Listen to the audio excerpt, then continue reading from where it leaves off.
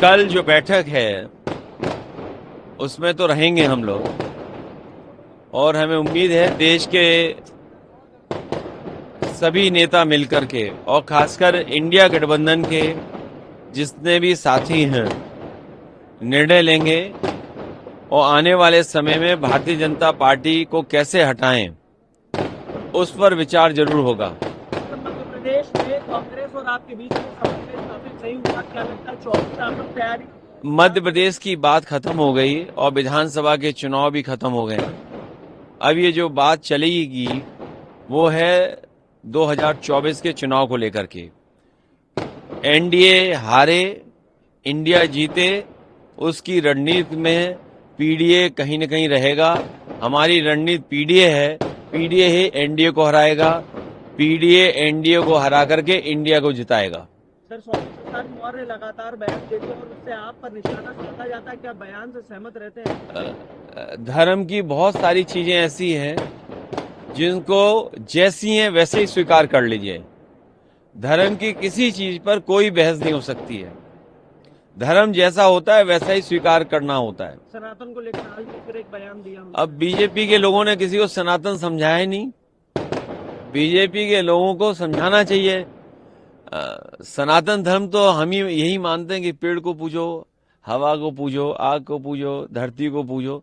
तो बीजेपी को सोचना चाहिए कि आज किसान दुखी है, हमारा नौजवान बेरोजगार है, चरम सीमा पर महंगाई है। इन सवालों के जवाब क्या है उनके पास?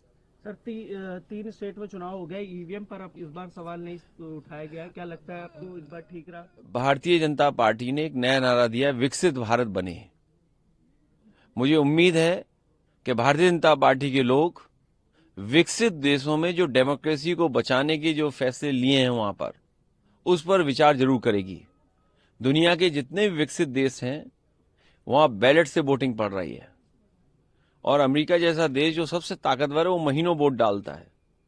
तो अगर भारत को विकसित देश बनाना है तो कम से कम बैलेट वाली नकल विकसित देशों की जरूर करेंगे। सर, भाजपा ने एक नारा और दिया था, रामलला हम आएंगे, उसके बारे में क्या कहेंगे? उस पे क्या कहना। अब तो उद्घाटन होने जा रहा है और बहुत से लोगों को बुलाया जा रहा है। आप जा रहे हैं? नहीं, ये कहा गया है कि किसी जिस पर निमंत्रण नहीं है वो घुस नहीं सकता। तो अब ये बताइए, अब ये भी कंट्रोल कर रहे हैं कि निमंत्रण भगवान राम किसको देंगे।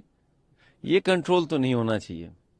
जिसको हम और आप अभी हमारे साथी ने सनातन धर्म की बात कही, याद करिए, और हम सब बचपन से जानते हो, सीखे, जिसको भगवान बुलाते हैं उन्हीं को मौका मिलता है।